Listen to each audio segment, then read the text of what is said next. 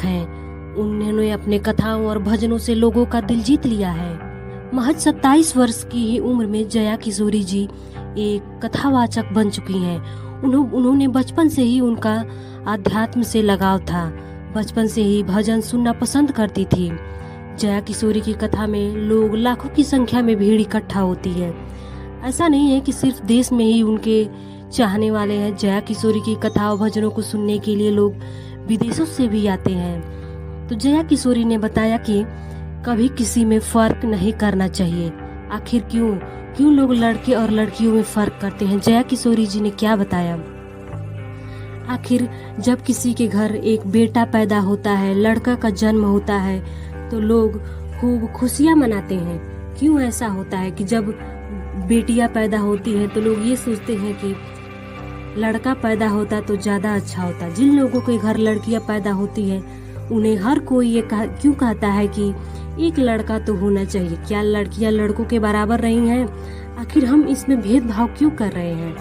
क्या लड़कियां लड़कों के बराबर नहीं हैं क्या? बहुत लोग सोचते हैं कि लड़कियां तो एक दिन अपने माता पिता को छोड़कर चली जाएंगी, उनकी शादी हो जाएगी। आखिर हमारा वंश, हमारा कुल, हमारा बेटा ही संभालेगा ना, इसलिए लोग फर्क करते हैं। क्या लड़कियां नहीं संभालेंगी क्या माँ बाप को? ये तो गलत है। हम भेदभाव क्यों करते हैं? लड़कियां भी तो संभाल सकती हैं। आप लड़कियों को पढ़ाइए लिखाइए, फिर देखिए जिस दिन अपने पैरों पे, जिस दिन आप उससे उस काबिलियत बना देंगे, उस दिन वह आपको जरूर संभालेगी, अपने माता पिता को कभी नहीं छोड़ेगी। इसलिए हमें लड़के और लड़कियों में फर्क नहीं करना चाहिए।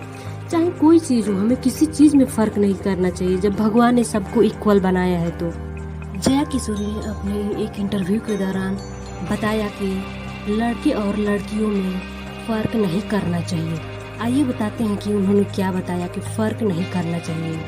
उन्होंने बताया कि जब भगवान ने किसी में फर्क नहीं किया, चाहे हवा हो, चाहे चांद हो, चाहे सूरज हो, चाहे पानी हो, फिर हम इंसान क्यों करते हैं फर्क? हम लड़के और लड़कियों में क्यों फर्क करते हैं? हम ये सोचते हैं कि वो लड़का है तो आगे चलकर हमारा कुल, हमारा वारिस, आगे चलकर हमारा खानदान संभालेगा। हम क्यों करते हैं ऐसा फर्क? आखिर लड़कियां भी तो ये सब चीजें कर सकती हैं। हम इंसान क्यों करते हैं ऐसा फर्क?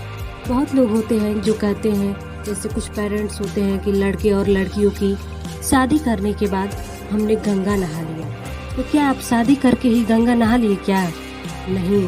जो भी पेरेंट्स हैं, मैं उनको बताना चाहती हूँ कि अगर आप अपने बच्चे को कुछ काबिल बना दिए, जैसे कि चाहे संस्कार हो, चाहे इमोशनली हो, चाहे फाइनेंशियली हो, चाहे वो एजुकेशन हो, जिस दिन इतना काबिल बना दिया कि वह अपने पैरों पर खड़ा हो जाएगा, आप अब उसे किसी सहारे की ज़रूरत नहीं पड़ेगी।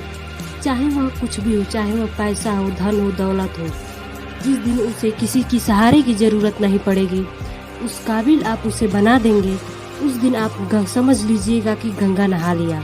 मतलब कि उस बच्चे को किसी चीज़ की ज़रूरत नहीं पड़ेगी। इसलिए आप सबसे पहले अपने बच्चे को उस काबिल बनाएं, ना कि ये सोच ले कि हमने शादी कर लिया तो गंगा नहा लिया। और आप अपने लड़के और लड़कियों में किसी चीज़ में कभी फ़र्क ना करें, कभी किसी से कंपेयर ना करें, चाहे वह लड़का हो, चाहे वह लड़की हो।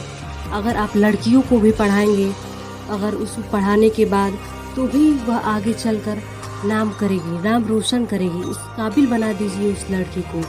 इसलिए कभी किसी में फ़र्क नहीं करना चाहिए, क्योंकि जब भगवान ने फ़र्क नहीं किया हम लोगों को बनाने में, तो फिर इंसान क्यों फ़र्क करता है?